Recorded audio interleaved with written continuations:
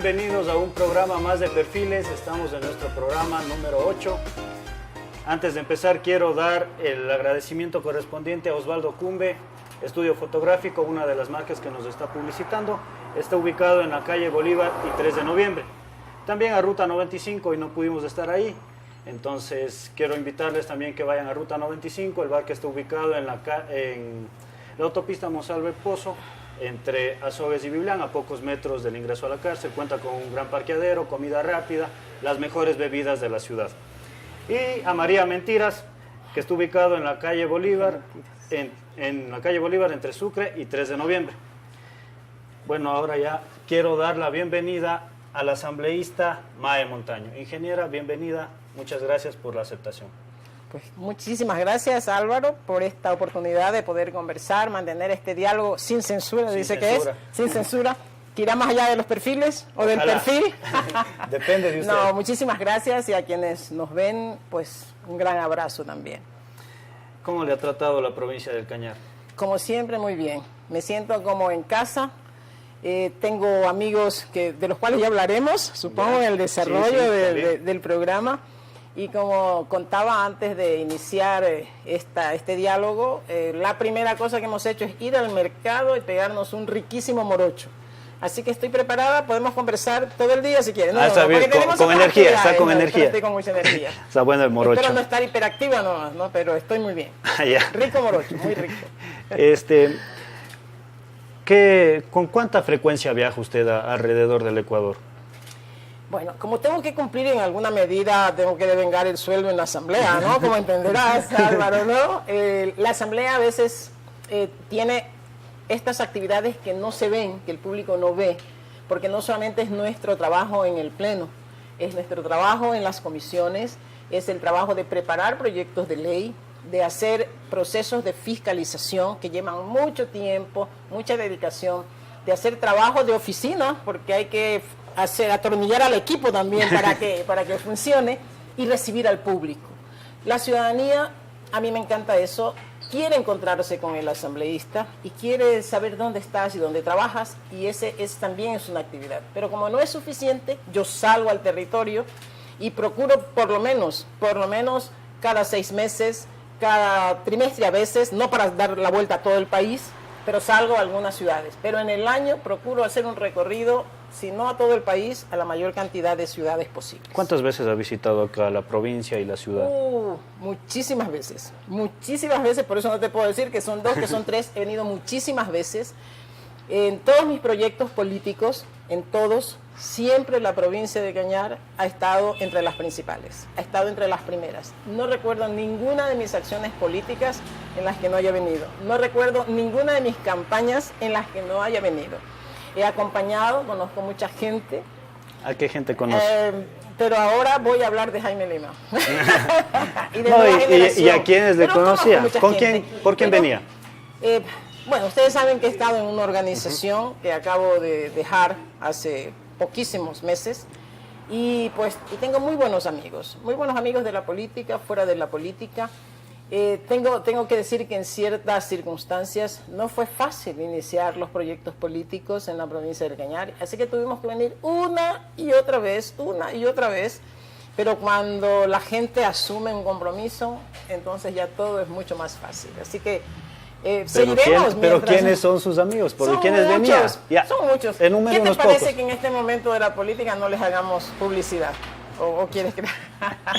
No, pero igual, nómbreles, porque aquí se conoce a todo el mundo, la provincia es bien pequeña. Sí, conozco mucha gente, pero de pronto, quién sabe si quisieran que yo los mencione. Por eso yo quiero en este momento esta visita, que la he hecho de manera especial para el grupo Nueva Generación, en un encuentro muy particular con Jaime Lima. Y creo que es el momento de hablar de ellos, de hablar de sus propuestas y del por qué ellos, bueno, eso dirán ellos, pero el por qué yo me sentí tan atraída de venir en este momento a acompañarles. Porque a mí me parece realmente hermoso cuando los jóvenes, como Álvaro, asumen riesgos, asumen proyectos nuevos, sienten a su ciudad, sienten a su provincia y encuentran el mecanismo. Yo digo, cada joven, cada ciudadano de manera particular, pero sobre todo los jóvenes, ¿no?, que a veces decimos, es que los jóvenes no están preocupados por las cosas de la ciudad y es que los jóvenes no se interesan en la política. Entonces, cuando vemos que los jóvenes sí asumen compromisos y que buscan el espacio donde pueden hacerlo. Entonces, tu trabajo es importante, es muy importante. Entonces, la comunicación es lo mío y ahí voy a trabajar. En el caso de Jaime y del grupo de Nueva Generación, ellos han escogido la acción política, el formar una organización política. Entonces, esas cosas a mí me motivan. Así que dije, ustedes me invitan y yo estaré ahí. Así que, mujer de palabra, estoy cumpliendo hoy ese compromiso. Y como digo, la agenda de este día se las dedico a ellos. O sea, ellos me mandan ahora. Ahí a sus ahora mandantes. Esos son mis directivos hoy día. Donde ellos me digan, ahí ¿Y hasta estaré. cuándo va a estar aquí? Todo el día está dedicado, pues no voy a llegar a otro cantón, voy a dedicarme exclusivamente a Sogues, esta vez. ¿Cómo hacer que los jóvenes se vayan interesando en política? Los jóvenes ahora se interesan más en otras cosas, noviazgos, crear sus propias empresas. Y está bien. Y está bien, y está muy bien. Y yo estoy queriendo hacer eso y está muy bien. Está bien. Entonces, ¿cómo hacer que ellos... ¿Lo del noviazgo? Pero el noviazgo Mira, Álvaro, también. aquí yo hago las preguntas. Yo manejo, Es parte de claro, sí, es parte de la vida, pero ya nos interesan en otras cosas que no sean ellos mismos. Sí. Pero ¿cómo hacer que ellos se vayan involucrando poco a poco en esta parte de aquí de servir desde la política? Porque la política últimamente ha estado manchada a nivel nacional y no digamos a nivel internacional. Yo digo que para ser justos hay que empezar abriendo el concepto de política. Porque a veces cerramos el criterio de que lo político es todo lo que tiene que ver con los partidos, todo lo que tiene que ver con esa militancia activa dentro de las organizaciones políticas, y lo vemos como esto de la política es solo de los políticos. No, la política es toda actividad que busca mejorar el convivir de la gente.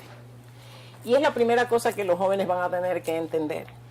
Van a tener que entender que si quieren tener mejores condiciones de vida en su colegio, si quieren tener mejores oportunidades en la universidad, si quieren que hayan mejores oportunidades para emprender, para tener un empleo para los que quieren hacerlo, si quieren mejores condiciones de vida para su familia, para su barrio, para su comunidad, si quieren resolver los problemas, por ejemplo, si ustedes sienten que en Azogues o en la provincia del Cañar hay un problema de inseguridad vial, por decir algo, por los últimos acontecimientos, si ustedes sienten que algo que está afectando la vida y las relaciones de la gente puede ser el excesivo consumo de alcohol, o porque en esto que tú decías, los jóvenes a veces están interesados en otras cosas, el consumo de las drogas está afectando a los jóvenes, no sé, o sea, esa gama de problemas, esa gama de situaciones, o simplemente porque quieres mejorar tus propias condiciones, las condiciones de tu familia, las condiciones de tus hijos cuando ya los tienes, te comprometes, eso es hacer política. O sea, esa es la política en la más amplia gama. Y yo digo, hay que identificar que hay una política que es de carácter social, que es esta vinculación del ciudadano o de la ciudadana con estos temas que mejoran las condiciones de vida. Hay una que es del activismo. Por ejemplo, los jóvenes o adultos que asumen la defensa del medio ambiente están haciendo política. Están pero haciendo no política, partidista. pero no partidista. Entonces, cuando decimos, a mí no me gusta la política y yo no me voy a meter en la política, estamos reduciendo a un espacio demasiado pequeño al quehacer político, y eso hace que no solamente los jóvenes, algunos adultos también, escudados en eso de a mí no me gusta la política porque es sucia, porque es corrupta, porque solo estamos viendo esa parte negativa de la política, nos quedemos en ese pequeño espacio y no hagamos nada. Eso es peligroso. Pero ¿cómo hacer que se interesen exactamente? ¿Cómo hacer que ellos busquen espacios? ¿Cómo hacer que los políticos tradicionales les den espacio? Porque eso también es otro problema, porque mucha gente habla de que sí, vamos a formar bases, vamos a tener gente nueva, pero son ellos los de siempre que están figurando ahí. Yo digo siempre que cuando me traen como hoy a hablarles a los jóvenes de qué hacer. Bueno, aquí vamos a adelantar un poco de la conferencia para, Exacto, para los que se pierdan. Claro, para los que no para fueron. los que no vayan. Yo digo que me siento en una posición un poco incómoda. Primero porque a mí me parece que son temas que deberían hablar entre pares. Y es una de las cosas de las cuales hablaremos en su momento con Nueva Generación. A ver, Jaime, haber integrantes de nueva generación. Si ustedes han empezado un proyecto, ustedes tienen que hablarle a sus pares. Entre guambras que se entiendan. Exacto. Así debería ser, porque siempre somos los adultos los que le estamos diciendo a los jóvenes qué hacer. Pero dicho eso, no quiere decir que los adultos no podamos opinar. Y yo voy a opinar desde una juventud que está un poco lejana para mí, pues, ¿no es cierto? Usted solita se dijo, yo no dije nada. Mi testimonio, de joven tampoco quise entrar a la política. O sea que los tiempos han cambiado, pero ese sentimiento que a veces tenemos de la política es sucia y es corrupta, porque estamos viendo a unos corruptos que han dañado la política, yo entré tarde a la política.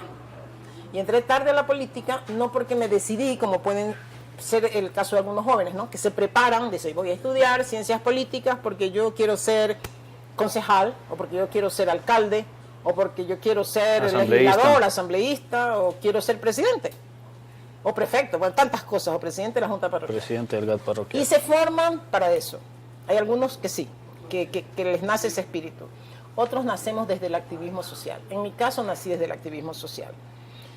¿Por qué desde el activismo social? Porque yo que rechazaba la política partidista, me había involucrado tanto en el tema social de defensa de los derechos humanos, de apoyar a los jóvenes que se metían en mi ciudad, en mi querida ciudad de Esmeraldas, que estaban metidos en el consumo de drogas, que estaban metidos en las pandillas, un momento que fue harto difícil por el tema de las pandillas, harto, era una violencia increíble, el tema de la violencia hacia las mujeres y hacia las niñas y niños. Entonces, esa problemática tan intensa, yo tengo que hacer algo, y buscaba en mi ciudad, en mi provincia, a ver, ¿quiénes están haciendo algo por esta problemática?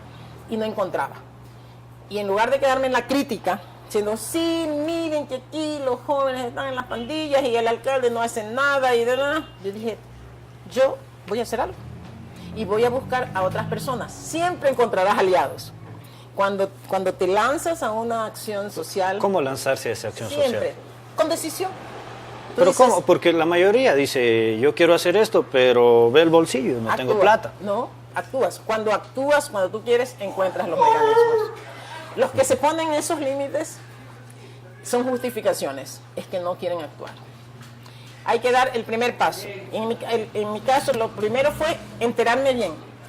¿Quiénes están haciendo este trabajo en otras ciudades? Ay, encontré, ¿ves? Estas organizaciones están trabajando en esto. Voy a llamar, voy a preguntar cómo lo hicieron, entender cómo lo hicieron, buscar aliados, y casi siempre uno empieza en su círculo. Por eso digo, los chicos tienen que contar cómo hicieron, cómo formaron un movimiento, cómo se lanzaron el 19 de julio del año pasado a formar un movimiento. En mi caso, yo busqué entre mis amigos primero, pues no, entre mis amigas, que ya eran profesionales, algunas abogadas, trabajadoras sociales, psicólogas, y les dije, ¿no les parece que necesitamos hacer algo por estas mujeres, por estas familias y por estos jóvenes sin esperanzas en los barrios, en donde no hay nada que hacer, no hay una cancha de básquetbol, no hay actividades para ocupar su tiempo libre, y todos los estamos criticando diciendo que se han metido a las pandillas?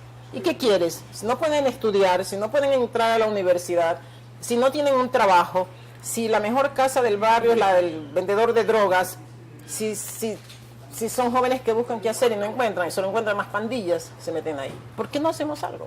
Y así empezamos, y fuimos creciendo, y formamos una fundación, y cuando la gente te ve que actúas, es que el ejemplo es motivador. Siempre encontrarás aliados y gente que te va apoyando. No es fácil, claro que no es fácil. ¿Y quién dijo que la vida es fácil? ¿Y quién dijo que estamos llamados a hacer todo lo fácil? Cuéntame, tu emprendimiento, ¿cómo empezaste esta tarea? Dando un primer paso, te decidiste, sí. Ahora yo voy a hacer. Y claro. Siempre ahora tienes un equipo maravilloso que te apoya. Y por ahí, ¿cómo era María? ¿Cómo era el lugar? María Mentiras. María la bandida, no María, María Mentiras. ¿No? Y así irás encontrando gente. Entonces los jóvenes tienen que tomar esas decisiones, saber que política no es solamente militar en un partido, que hay una gama de situaciones que deben ser motivación para ellos, para empezar una acción. Pero ¿cómo? Ya está bien eso. Pero empieza por ti, empezando por uno. Decisión. Pero ¿cómo hacer que la sociedad se vaya incluyendo en eso? Porque yo puedo tener las ganas de sacar adelante todo. Y si tienes las ganas, lo haces. Sí, pero en cambio, ¿cómo hacer que la gente se vaya aliando conmigo? Ya. A ver, primero es tu decisión. Hay una frase que no es mía, de ninguna manera, no es mía, se la escuché a un profesor, diciendo que una de las cosas que los jóvenes tienen que aprender en la universidad, más allá de toda su tecnología, ¿no? Porque la vida no solamente es tecnología. Dice, una cosa que los jóvenes en la universidad tienen que aprender es a vivir juntos. O sea, esto es a vivir en comunidad, a vivir con otros, a relacionarte con otros. Eso es importante. Entonces me dice, ¿y cómo hacer que los otros me apoyen? Tienes que contagiarlos con tu motivación, con tu acción. La acción vende más que las palabras. Pero la gente te ve actuar, siempre habrá quien te siga, siempre habrá otros que quieren apoyar, que estaban esperando que alguien lo lidere, que alguien dé el primer paso. Y ustedes tienen, y digo ustedes porque tú eres suficientemente joven, 22 años, que tienen suficiente energía, suficiente creatividad, suficiente formación, porque ahora por suerte ya hay muchos jóvenes muy bien formados.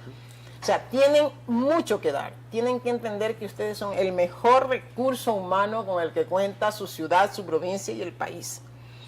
Y como te decía, esta frase de este catedrático universitario es que cada uno de nosotros tiene que entender que lo que yo haga, positivo o negativo, o lo que no haga, pero lo que yo haga siempre influye en los otros. Y lo que los otros hagan siempre influye en mí. Claro, el líder. En mí como individuo.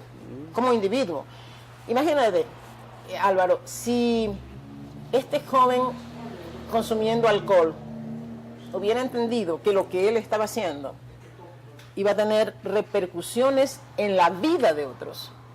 O sea, esa es su decisión. Entonces, pues es mi decisión. Entonces, yo puedo tener la cantidad de alcohol que quiera. Y es mi decisión, alcoholizado, conducir un vehículo. Pero él se olvidó que esas decisiones y que esas acciones ponían en peligro la vida de otros que no tuvieron nada que ver con esa decisión. Y eso es lo que los jóvenes tienen que hacer. Tienen que pensar que lo que él haga va a influir en los otros y lo que los otros hagan va a influir en él. Eso es cómo vivimos juntos, cómo asumimos un compromiso. Y dar el primer paso siempre es importante. Y saber y tener la confianza de que si actúas, de que si haces cosas positivas, sobre todo, siempre habrá gente que te acompañe. Claro, porque hay esta frase de que los jóvenes son el futuro de la patria, pero no la mayoría no se da cuenta de que es ahora que hay que actuar. No es mañana, es ahora. Y hay que pensar no solamente en jóvenes como, ya te graduaste y tienes 18 años. No, los adolescentes pueden comprometerse. Y yo digo, los adolescentes en su colegio, cada uno tiene que escoger una causa, porque hay un montón de causas. Una causa, ser pequeña, mediana o grande, no importa, pero asume ese compromiso, asume esa entrega de mejorar tu propio entorno. Que si en mi barrio no hay actividades deportivas para hacer, bueno, pues voy con mis amigos, porque siempre tenemos amigos, con mis amigos nos organizaremos y vamos a formar un club, yo qué sé, y vamos a promover, y si hay que hacer una gestión la haces, porque no siempre vas a poder, nosotros no tenemos dinero, como decían, claro, no, yo no tengo dinero para hacer la cancha, pero sí tengo energía, sí tengo capacidad para buscar quiénes nos pueden apoyar. Entonces, vamos a gestionar, a veces hay que gestionar, pero esa ya es una acción, esa ya es una política, ese ya es un compromiso. Y cada uno, como digo, es que cada uno no tiene que hacer de todo. No, tú no tienes que hacer de todo, pero escoge aquella misión en la que tú sientas que tienes suficientes ganas de hacerlo, en la que en alguna manera hayas sido afectado. A veces hemos sido afectados. Yo, por ejemplo, he visto muchas acciones grandes, sociales, de cambio, que tienen que ver con la transformación de una comunidad o de un país, que nacen porque alguien se sintió afectado. Por ejemplo, si un familiar mío murió por un accidente de tránsito, de alguien que estaba en condiciones deplorables, en un estado alcohólico deplorable, ahí yo puedo tomar 2 vías o 3 vías. Una, yo voy a trabajar por la prevención. No puede ser que sigan ocurriendo problemas viales en mi ciudad que cueste la vida de la gente. Yo me voy a reunir con otra gente, voy a formar un grupo y voy a salir a sensibilizar. Voy a salir a educar para prevenir. Unos dicen, yo puedo ir por esa vía. Otros dicen, no, yo voy a hacer un grupo de abogados porque necesitamos incrementar las penas. O sea, te estoy diciendo cosas que pueden surgir de esa reflexión. Y vamos a preparar con abogados amigos unas reformas y nos vamos a buscar un asambleísta amigo que nos apoye para hacer un cambio en el Código Penal porque hay que subir las penas. Otros dicen, no, la culpa, o por lo menos en alguna medida, fue que estaba alcoholizado. Y sabemos que hay un problema de consumo, que no es un caso aislado, claro, que es un problema general, entonces no. Y en esas causas los jóvenes sí se comprometen. Vamos a trabajar para prevenir el consumo de alcohol y de drogas. Y se reúnen, y cuando ya te reúnes ya es el primer paso. Y todo lo demás saldrá por añadidura. Y eso ya es hacer política. Eso es hacer política. Inclusive, esa acción tuya te puede llevar en algún momento a la militancia partidista. Porque te haces visible, porque vas asumiendo un rol que se hace atractivo también para las organizaciones políticas, y de pronto ese joven o esa joven siente, a ver, yo necesito que sobre el tema de la inseguridad vial se genere una ordenanza municipal. Y para promover esa ordenanza municipal, yo quiero participar en las próximas elecciones que están a la vuelta de la esquina y me voy a lanzar para concejal. Y si no tengo una organización política, que es mejor, ¿no? Porque ahí viene lo otro, y las organizaciones políticas le darán espacio, luego se desafilian, como yo, para que vean. Pero es que en la vida política no es tan lindo, no es tan lindo a veces, o sea, sí te encuentras con cosas, pero hay que resolverlo. Pero ya estoy.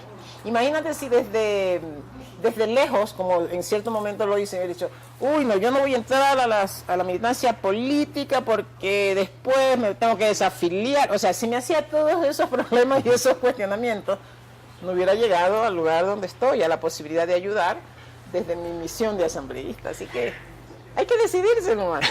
Ingeniera, usted hablaba del tema de las pandillas, de las drogas, sí, en su provincia. Sí. ¿Cuál es la situación actual de Esmeraldas? Difícil. Pasamos del terremoto, que es hace 2 años, y ahora este tema de seguridad en la frontera. Es difícil, porque digo que mi provincia lo tiene todo, en cierta forma, y le falta casi todo. Lo tiene todo en recursos, ¿no? En recursos naturales, en recursos humanos, una gente optimista que digo que hasta en el peor momento mantiene su talante y su alegría. Pero los problemas de Esmeraldas, que no son nuevos tampoco, que tienen un origen histórico, podríamos decir, que está muy relacionado con, yo no sé si es mala suerte, pero con unas circunstancias ligadas a malos gobiernos también locales. O sea, no solamente el abandono del gobierno nacional, sino también a esas circunstancias que tiene que sufrir la gente cuando sus gobiernos seccionales, sobre todo municipales, no están a la altura de lo que la gente requiere. Y ahora se acumularon esos problemas con el terremoto. Hace 2 años. Hace 2 años. Con temas ahí que habría que discutirlos en su momento, de cuánto llegó a Esmeraldas de manera inequitativa, de cómo no se resolvieron esos problemas, más que en cierta medida. Pero había un problema de años del agua potable, por ejemplo. Y ahora no surge el problema de inseguridad de la frontera, no surge, ha estado ahí, fue creciendo, y el desenlace es lo que vimos. Y este desenlace puso a Esmeraldas en el ojo del huracán. Y una de las cosas que yo digo cuando tengo la posibilidad de tener estos espacios es el momento de que el Ecuador en su conjunto, de que las provincias hermanas sientan que ese no es un problema de Esmeraldas, que el problema de inseguridad en la frontera, que el problema de narcoterrorismo es un problema del Ecuador, que es un problema nacional, y que como tal Esmeraldas requiere la solidaridad de todas las provincias. Sí, porque la gente se dio cuenta de que, por ejemplo, nosotros estamos acá en el Austro, otra gente está en el oriente, allá no va a llegar. Huacho no va a llegar por allá. Aparentemente, dice la gente. Y eso no es, o sea, no vamos a vivir asustados, ¿no? Claro. Pero me parece que la negación tampoco lleva a resolver los problemas. El problema del narcoterrorismo, y ya hemos vivido en otros países, solamente en Colombia, ya sabemos, no es un problema específico de Esmeraldas, tampoco es de Esmeraldas en su conjunto, así que los temas de Guacho, que no es solamente Guacho, pero digamos que el Guacho es el más conocido. El Guacho se hizo famoso. Exactamente. Pero los problemas primero eran las fuerzas irregulares, o sea, de los guerrilleros que se tomaron, pero eso ya hace rato que dejó de ser. Ahora, del narcoterrorismo está en la frontera norte de la provincia de Esmeraldas, en la frontera del Cantón San Lorenzo, de manera específica con Tumaco y otros lugares de Colombia. Pero la gente dice es Esmeraldas, porque como tenemos ciudad y provincia del mismo nombre, Esmeraldas. Y entonces ha venido una especie de castigo para Esmeraldas en su conjunto. Entonces el turismo no va, y la gente no quiere visitar Esmeraldas, y las condiciones entonces se han agravado, porque no hay circulante, porque el comercio está afectado, porque el turismo está afectado. Yo estuve hace menos de 15 días en Esmeraldas. ¿Y cómo está estuve todo por allá? ahí, si te metes al internet, pues encontrar unas fotitos donde yo decía, por favor, vengan a Esmeraldas, que la comida está riquísima, ven, porque Esmeraldas está tranquila. Ahora, es cierto que necesitamos mensajes de tranquilidad para que los ecuatorianos puedan ir, ¿no? Alguien me decía, mira, para llegar de Esmeralda ciudad a la zona de riesgo, digamos que son 2 horas y media, 3 horas. Para llegar de la zona de riesgo a Ibarra es el mismo tiempo, porque estamos más o menos a la misma distancia. Pero ¿quién está hablando en el Ecuador de no vayas a Ibarra porque el Guacho está en la frontera norte? Nadie está hablando de eso. Pero todo el mundo está diciendo no vayas a Esmeraldas porque el Guacho está en Esmeraldas. Y ¿qué te digo? Entonces Esmeraldas está recibiendo un castigo inmerecido que va a agravar, que está agravando su situación. Y yo tengo un dolor muy grande, ¿no? Por eso. Y entonces ahí yo decidí, a ver, ¿qué puedo hacer por Esmeraldas en estas circunstancias? No soy la presidenta de la República, no soy la ministra de Defensa, que ya deberían darle estos mensajes de tranquilidad al Ecuador y al mundo. Y el Ministerio de Turismo también. Y el Ministerio de Turismo, para decir, miren, los temas de la frontera, por lo menos si es verdad, pues, que como dicen, ya están bajo control. Hay que darle ese mensaje claro a los ecuatorianos. Problemas de frontera y de la inseguridad están bajo control. Ya hay una acción articulada de la policía, de las Fuerzas Armadas, para controlar toda esta problema, para aislar, digamos, el problema. Usted dice que ahora ya hay como ir a la playa en paz. Yo sí, yo digo que sí, por favor, vayan a Esmeraldas, vayan a comer rico. Ya cuando nos invite usted, nosotros nos vamos. Nos vamos todo el equipo de aquí. Allá el próximo programa de Perfiles. Bueno. ¿Qué tal? Gracias. Nosotros nos vamos. Pero sí, muchas gracias por esa pregunta. Pero Esmeraldas necesita la solidaridad de todos ustedes porque Esmeraldas somos todos. Asambleísta, usted hablaba del tema de la comida de Esmeraldas. En fin, la comida de la costa es riquísima. Sí. ¿Usted sabe hacer el encocado? No mucho. ¿Sabes que la cocina no es muy fuerte? ¿No sabe cocinar? Intento. Me defiendo. Cuando no se está en la práctica diaria, es como todo. No sé si algún rato tú te vas de los micrófonos y te vas unos años, cuando vuelvas ya no sabes cómo manejar la cámara. Yo no sé dónde está la cámara ahorita, o sea, pero intento. Asambleísta, sus inicios, no solo como político, sino usted nace en una familia bien humilde. Sí. ¿Cómo fue toda su infancia, su juventud? Muy dura. Yo nací y crecí en uno de los barrios más pobres de Esmeraldas. En ese entonces, ahora ha mejorado un poco, por lo menos hay servicios básicos, pero en ese tiempo yo digo siempre que el denominador común era aquí no hay. Entonces no había agua potable, no había alcantarillado, bueno, hasta ahora en el Ecuador encontramos, por ejemplo, en la zona norte de Esmeraldas, donde hablamos de estos problemas de inseguridad, esa es la fórmula, no hay nada. Entonces la gente es casi completamente pobre en ese sentido. Entonces, no habían condiciones, ¿no?, de vida, eran condiciones muy difíciles, pero lo que no faltaba era el amor de la familia, inclusive de los vecinos, ¿no?, porque los pobres sí desarrollan una solidaridad que a veces va más allá de sus posibilidades. Claro, ¿no? porque se dice que los que menos tienen son los que más dan. Sí, exactamente.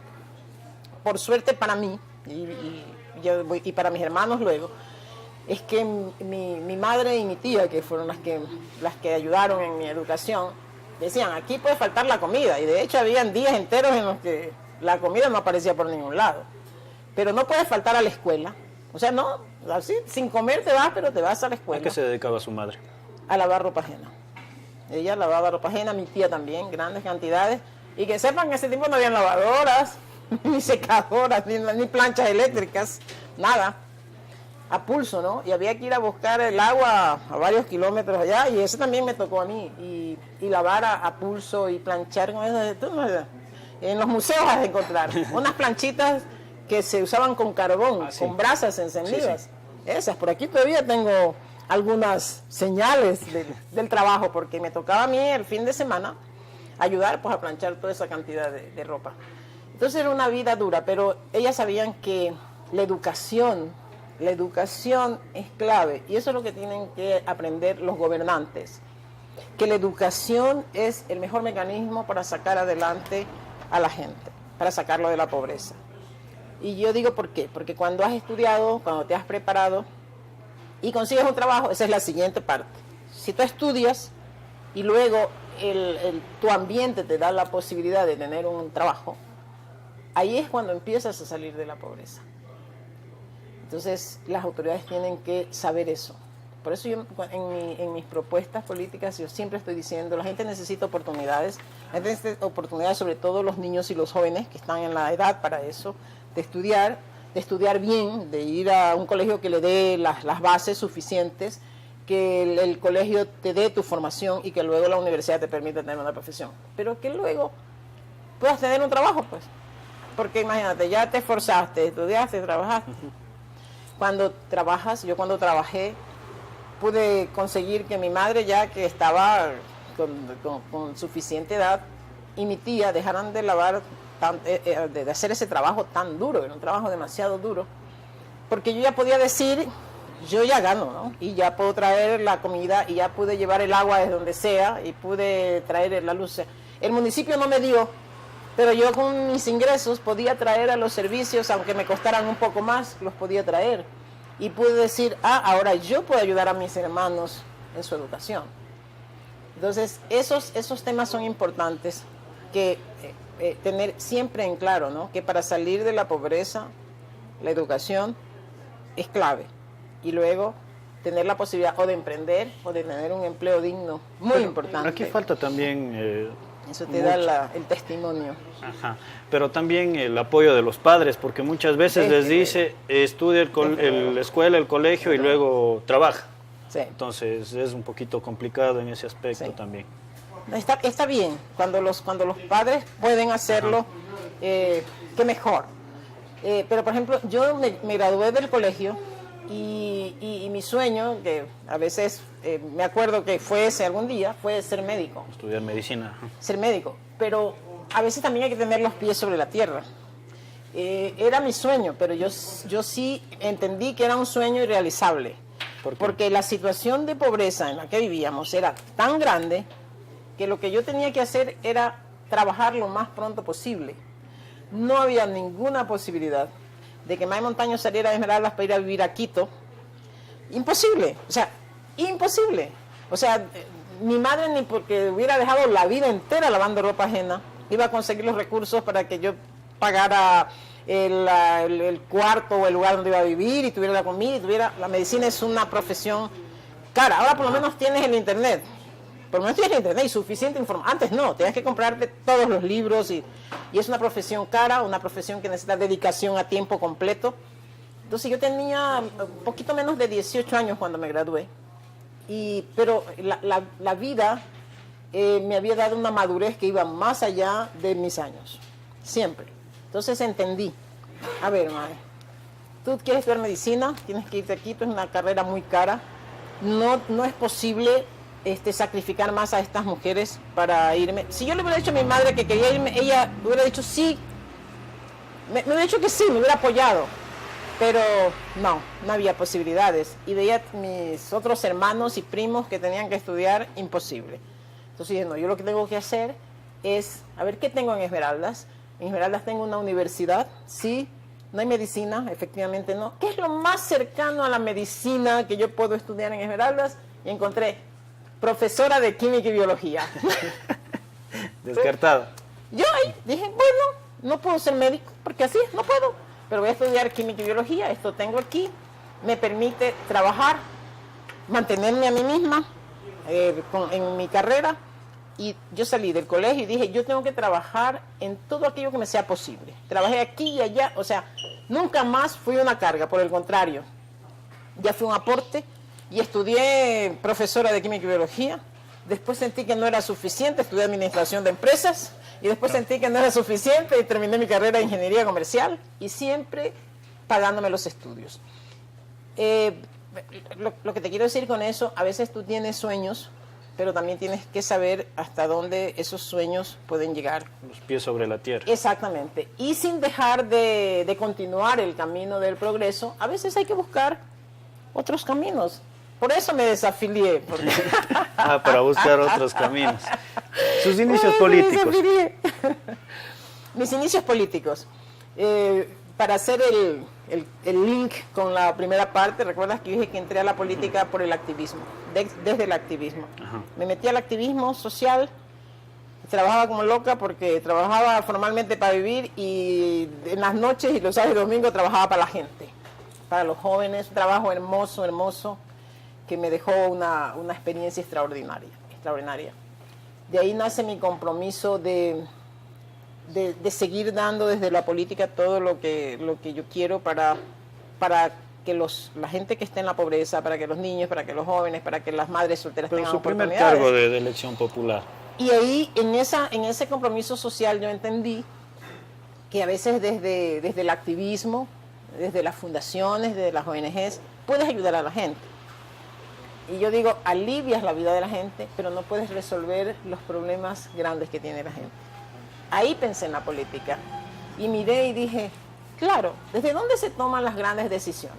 Por ejemplo, sobre la ciudad. ¿Desde dónde tomas las grandes decisiones para cambiar los problemas de la ciudad? Que si las calles tienen huecos. Desde el Consejo Municipal. No es cierto que si los barrios no tienen alcantarilla, desde el municipio, ¿verdad? Entonces yo había vivido unas condiciones duras personales, pero bueno, ya habían pasado, ahora eran menos duras.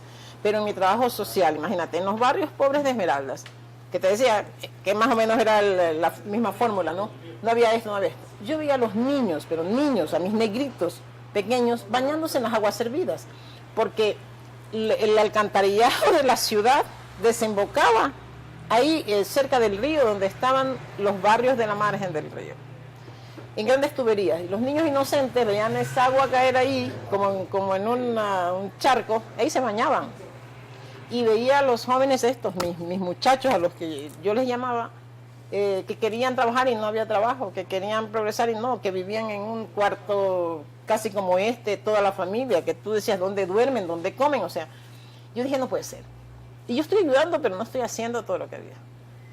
Ahí decidí entrar a la política. Y estoy hablando del 95. O sea, Antes de que yo nazca. Sí, imagínate. Y entonces ahí decidí, dije, no. Es desde las políticas, desde las posiciones políticas, ahí sí ya de la política formal, partidista, desde donde se toman las grandes decisiones. Las decisiones más grandes se toman desde ahí. Y ahí me decidí. Dije, no, pues sí, dicen que la política es sucia, que es corrupta, pero si tú vas comprometido, si tú vas para trabajar... Pero si tú te desafilias...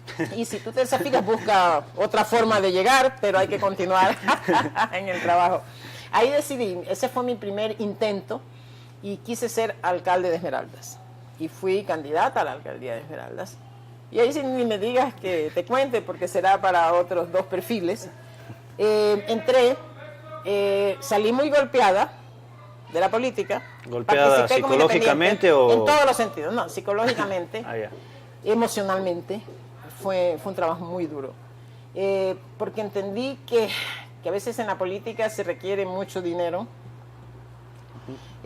porque el clientelismo tiene un poco enferma la mente de la gente, ¿no? Entonces, si yo llegaba al barrio y no llevaba camisetas, y no llevaba, yo qué sé, el trago para la fiesta, el gran equipo de sonido para el baile, mis muchachos, yo tenía como 600 jóvenes en este proyecto, que era un proyecto deportivo, se llamaba la Liga Nocturna de Basquetbol Barrial, era hermoso. Pero mis muchachos, que no tenían condiciones de vida, tenían que prestar sus servicios políticos, ¿no?, de brigadistas en las organizaciones políticas, contrarias a la mía, porque ellos les pagaban. Ellos les podían pagar lo que yo no podía pagar. Yo les entendía a mis muchachos, pero me dolía. O sea, me dolía que esa era la realidad de la política, que era una realidad de la política. Entonces salí tan golpeada que dije, nunca más. Por eso yo hago testimonio, porque uno puede pensar, ay, entró facilito y salió y le fue muy bien. No, yo dije, nunca más a la política, pero parece que no toqué madera. ¿Y le gusta y me salí por mucho tiempo. O sea, me fui a la política y me fui por mucho tiempo. ¿Y cuándo regresa? Regreso porque ustedes han de recordar que en el 2005, imagínate, mira, que fue una década entera en que estuve la década fuera. de Mae Montaña. La década ganada. Pero no como la de algunitos. Me fui y en el 2005 cayó Lucio Gutiérrez. Ajá. ¿Recuerdan, no? Cayó Lucio Gutiérrez y el Congreso en ese tiempo, se llamaba Congreso, tenía que designar, porque no era una elección, bueno, se votaba, pero bueno, tenía que designar a un vicepresidente. Estaba Palacios de presidente. Tú ya no me acordar cuántos años tenías, ¿verdad? Yo tenía 9 años. Pero sí me acuerdo. Alfredo Palacio, Lucio Gutiérrez, Alfredo Palacio. Alfredo Palucio. Alfredo de Lucio. Alfredo de Lucio. Alfredo de Lucio. ¿Pero te acuerdas algo? No, no te acuerdas nada. Había que escoger a un vicepresidente. Como pasó últimamente también, vicepresidente, exacto. Exactamente, ahí. Entonces una terna. En esa terna, Palacios, al cual yo no le conocía personalmente, me pidió que integre la terna para ser vicepresidenta del país. Fue un salto para mí histórico, porque yo hacía una relación con lo que fue mi participación a la alcaldía de Esmeraldas. Cuando yo fui candidata a la alcaldía de Esmeraldas, las críticas más fuertes que tenía y los límites que me pusieron todos los partidos para que no sea candidata de ellos, y de plano que no fui candidata de ellos, era que era pobre y que por tanto no tenía la plata para poner en la campaña, que era mujer y que las mujeres no servíamos para esos puestos, porque en ese tiempo no había ninguna mujer alcaldesa. Y entonces, ¿qué se ha creído? Que ella va a poder, ¿no? Se va a llorar en la alcaldía frente a los sindicatos y a los trabajadores. Y decían que no podía ser alcaldesa porque era negra y porque los negros no votaban por otros negros. Y cuando se dio esto de que Palacios me dice que sea parte de la terna, yo decía, mira cómo en una década la política también tiene sus cambios. No en la mente de los políticos, pero en la mente de los ciudadanos sí. Cuando yo pasaba por la calle, yo vivía en Quito ya para ese tiempo, pasaba por la calle, el ciudadano común me decía, qué bueno que usted esté en la terna, y es hora de que el Ecuador tenga una vicepresidenta mujer. O sea, dices, mira, ¿no? Lo que era una limitante cuando yo quise, ahora la gente ya siente que es la hora de las mujeres.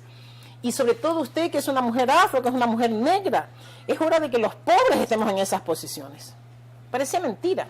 Cómo el discurso en 10 años había cambiado, pero en la mente del ciudadano.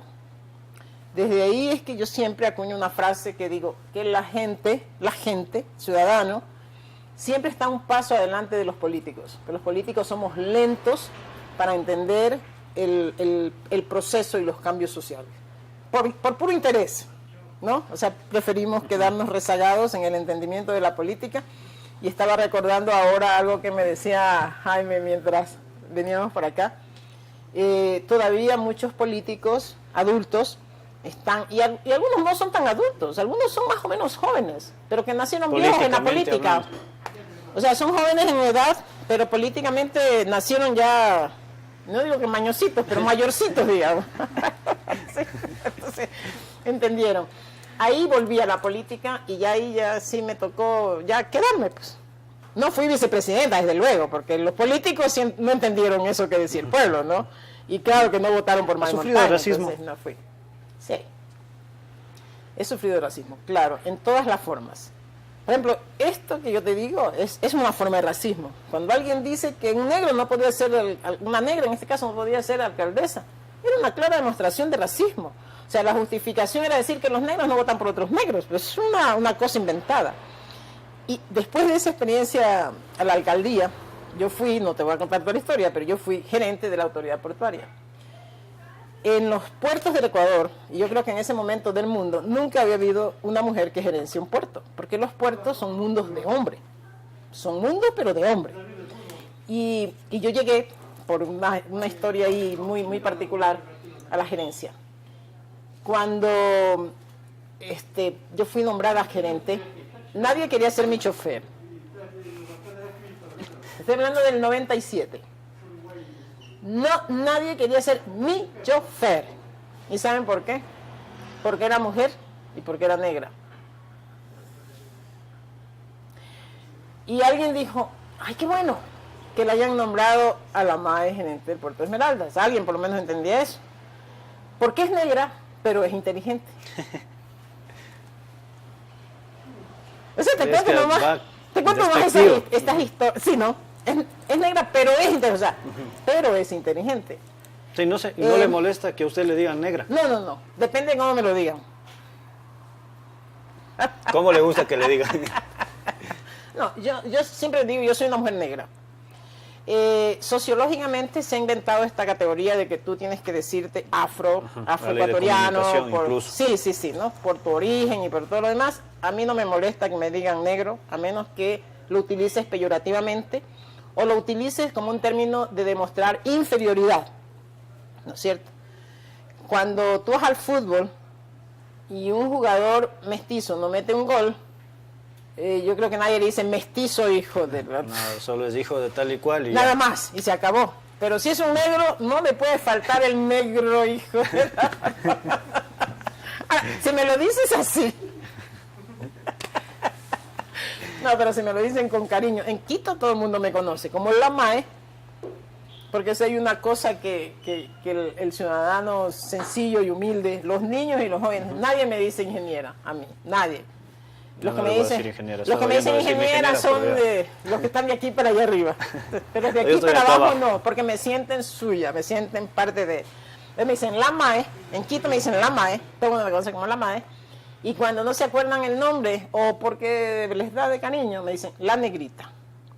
¿Qué? La MAE, sí, la negrita está en la asamblea. Y yo feliz de la vida, feliz. ¿Y quiénes le dicen negrita en la asamblea? ¿Quiénes son sus amigos en la asamblea? No, en la asamblea nadie te dice negrita. ¿Quién le dice la MAE? Me dicen MAE. O, sí, MAE, generalmente. ¿Qué panas, los pero amigos, en la asamblea? MAE. ¿Quiénes son no, sus negrita no, sus pero amigos? mi gente con cariño sí. ¿Quiénes son sus amigos de la asamblea? En la asamblea no tengo muchos amigos, así como amigos. Son mis colegas, son mis conocidos y mantengo una relación cordial con casi todos, porque algunos no, sí, hay un bloque que son es aislado. ¿no? No, mentira, perdón. Pero llevo una relación cordial de respeto y de aceptación de las diferencias, pero no son mis amigos, porque yo creo que la categoría de amigo es otra cosa, ¿no? Es más íntimo. Sí, esa persona con la que tú puedes contar en tus momentos difíciles, con quienes compartes tus sueños y tus alegrías. Compartir tus sueños y alegrías en política es mucho más complicado porque es un mundo súper competitivo, es un mundo de espacios. El que dice que tiene miedo que se roben sus ideas, dice usted. No. En otras palabras. No, pero no es el espacio, porque ahí cada uno está peleando por su capital político. Es un mundo, la política es un mundo súper competitivo en el que cada uno quiere avanzar y donde algunos, no todos, yo por lo menos esa no es mi forma de ser, no importa a quién vas pisando para subir. Y esos temas, esa percepción que a veces tienen los jóvenes desde fuera de la política partidista, es esa, por ejemplo, ¿no? Una de estas, no importa a quién te vas llevando para subir, o yo no doy espacios porque los liderazgos hay que cuidarlos. Y ahí el mensaje para los jóvenes es, los espacios no se piden, los espacios se ganan o se construyen, porque nadie te los va a dar gratis. O sea, se dice, ay, que los políticos viejos me den el espacio, olvídate. Nadie te va a dar espacio. Entonces, de decir, porque todos se lavan la boca diciendo de que vamos a buscar gente nueva, pero son ellos los que figuran siempre. Sí, entonces tú quieres un espacio, tú eres joven, quieres un espacio, tú eres mujer, porque ahí las mujeres y los jóvenes tenemos una problemática parecida, porque hemos sido excluidos de las posiciones de poder, hemos sido siendo incluidas, ya tenemos una vicepresidenta. Sí, pero a veces porque llegan por estas componendas, pero una golondrina no hace verano, pero la anuncia, decía una amiga. Pero falta mucho por recorrer, pero se han dado pasos, si hay una apertura, ya por lo menos las mujeres tenemos una cuota, los jóvenes no tienen una cuota. Pero creo que el asambleísta más joven tiene 30 y pico, sí, algo así. Sí, ahora, yo el tema de la edad no le veo, a mí no me parece que un joven de 18 años... o sea, tampoco vamos a pedirle que vaya a legislar él, sino que hay jóvenes que están preparados, pero no pero gánate el puesto, gánate el puesto, gánatelo, aunque sea codazo, pero gánatelo. O sea, tienes que llegar a buscarte ese espacio y si no puedes ganártelo, constrúyelo. Ahí hago el link con la felicitación que yo ratifico en Jaime Lima y los chicos de Nueva Generación. Y nosotros también. ¿Vieron? Entonces, ¿vieron? ¿O sentiste tú que de pronto en los medios de comunicación formal no te das un espacio? Te lo generaste. No te quedaste esperando a ver si alguien me llama. Hay que ser proactivo. Entonces, no encontré el espacio en los partidos, que no es fácil para los jóvenes y para las mujeres encontrar posiciones de liderazgo, de dirección, de conducción, donde tú sí puedas llevar tus ideas, porque si no estás en posición de tomar decisiones, si no estás en capacidad de liderar y de conducir, tus ideas tampoco es que son muy consideradas. Por eso se desafilió entonces. De pronto. Termino de decir. No te voy a contar algo de lo que no he contado a nadie, pero yo lo he dicho, ¿no? Que yo sentí ya que mis ideas, que mis sueños, que mis propuestas no tenían el espacio que yo hubiese querido.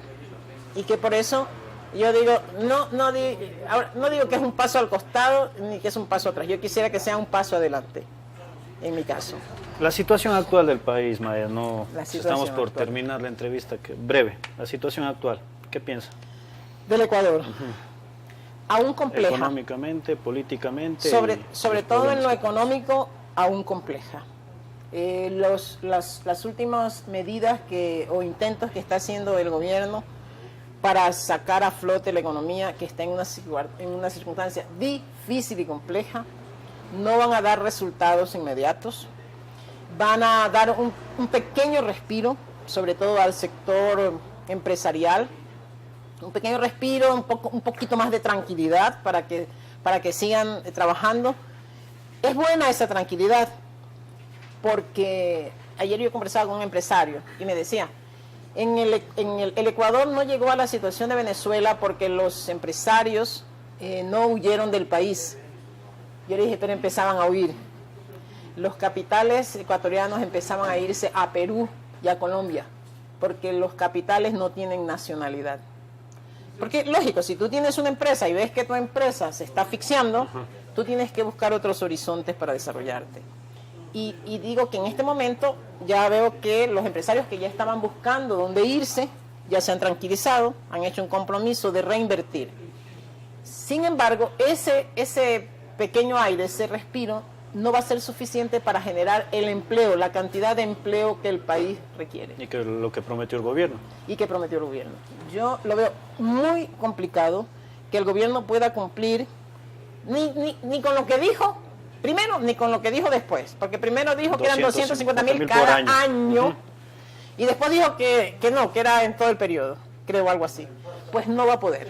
No va a poder porque para que se genere suficiente empleo tienen que venir capitales. Tiene que venir capital exterior. O sea, no es suficiente con la reinversión, tiene que venir capital exterior. Y las medidas actuales todavía no dan ese nivel de confianza a la inversión externa. Significa que en lo económico va a quedar todavía un gran reto para un nuevo gobierno en el 2021. En lo político, sí, también se están dando algunos cambios. En la lucha contra la corrupción, pequeños cambios. En el rescate a la justicia, en cierta medida. Pero todas estas tareas van a quedar incompletas porque rescatar... Este es un gobierno de transición. Sí, así es, y de una transición que yo creo que va a ser a medias o un poquito menos que a medias. No estamos desconociendo los intentos que se dan, pero los pasos que se están dando, por ejemplo, no van a ser suficientes para rescatar a las instituciones que estaban carcomidas por todas estas mafias. Pero déjenme al doctor Trujillo ahí y él se encarga de todo. Y está bien, ¿no? Pero va a faltar. Es que todas las instituciones están permeadas por estas fuerzas. O sea, estructuraron una red que en términos médicos dice, generaron metástasis. Entonces, no solamente que están en un órgano, sino que se han tomado distintas partes del cuerpo. Esperemos que no se hayan tomado todo el cuerpo y que sea posible limpiar. Pero es bueno el inicio y es bueno la apertura. Cambiar las cabezas, por lo menos, y la conducción y la dirección institucional. Pero también hay que estar seguros de que el doctor Trujillo no es un mago y que solamente al cambiar la judicatura no quiere decir que va a cambiar toda la estructura que sí fue tomada en su conjunto. Van a quedar tareas para un nuevo gobierno, también en lo institucional. En la lucha contra la corrupción apenas empieza, pero apenas empieza. Lo que se ha hecho, el tener preso a Glass es algo... ¿Y Correa cree que tendrá que estar preso? Correa, él dice que no va a venir porque siempre se inventará una tarea. Fuera bueno que con toda esa valentía no, pero ya pidió antes, ya dijo la Gaby Rivadeneira que no venga. Sí, porque la Gaby no entiende lo que son las instituciones y cree que una orden de un juez es una cosa de broma.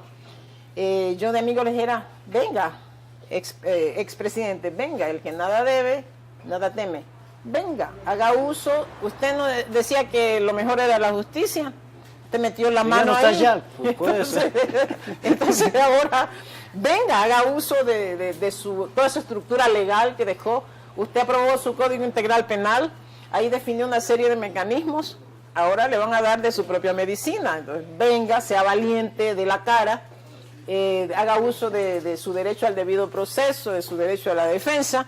Y demuéstrele a los ecuatorianos cómo hay que actuar cuando uno es responsable frente a sus hechos, a sus actuaciones. Finalmente, su futuro político. Mi futuro político es impredecible todavía. ¿Alguna alcaldía, concejalía, no, presidenta de una junta parroquial? De manera inmediata sí yo les puedo decir que no. Les digo que yo soy fiel creyente de los gobiernos seccionales, hermosos, pero no es el momento. Yo sigo trabajando como asambleísta. Estas visitas son para esto, ¿no? Para tener estos espacios, para poder hablar con los profesionales de la comunicación, para poder encontrarme con los jóvenes, para poder sentir a la gente, escuchar de sus problemas. No porque soy metiche, ¿no? Pero porque ya me obligan a meterme. No porque soy metiche, pero soy una asambleísta nacional. Entonces, también soy asambleísta de ustedes. Entonces vengo, voy al mercado y converso con la señora y le pregunto cómo se siente. Y me entero que la gente siente que en los servicios de salud falta mucho, ¿no? Que necesitamos un hospital que fortalezca sus especialidades, que la gente se quema y no recibe la mejor atención en el hospital porque a lo mejor no tiene las condiciones, etcétera, etcétera. O sea, te encuentras con la gente y escuchas algunas cosas y preguntado, ¿y qué tal el nuevo centro comercial que se está construyendo? ¿Están contentos con él? O sea, eso se siente en el trabajo territorial. Y yo le pregunto a la gente también, ¿qué quieren con la MAE? Me voy de la política. ¿Qué quieren con la MAE? Porque usted está soltera. No, por eso no, ya a estas alturas ya colgué los gatos. ¿Qué quieren con la MAE? En la política. En la política. MAE, finalizamos la entrevista. ¿Cómo ha pasado? Contenta, feliz de la vida, muchas gracias. Deseo el mejor de los éxitos en un programa tan interesante como este. Es bueno que la gente conozca lo que a veces los políticos escondemos, ¿no? O sea, nuestros orígenes. Quiso callar algo, pero ya. Sí, ¿no? Entonces que sepan. Cuando nos invite a Esmeraldas, sacaremos más cosas. No, y sobre todo que sepan que somos ciudadanos comunes como ustedes, que venimos y que si logramos algo, ustedes también pueden lograr eso y mucho más. Muchas gracias, la verdad, por... Bien, amigos, así llegamos a la parte final de nuestro programa número 8 de Perfiles. No se pierdan, el próximo lunes estaremos conversando de fútbol con uno de los futbolistas más reconocidos de aquí de la ciudad de Azogues. Muchas gracias, no se olviden de darle like, suscribirse y de visitar Osvaldo Cumbe Estudio Fotográfico, Ruta 95, que está ubicado en la autopista Azogues-Biblián, y por supuesto María Mentiras, que está ubicado en la calle Bolívar, entre 3 de noviembre y Sucre. Gracias, Mae, muchísimas gracias a todos ustedes.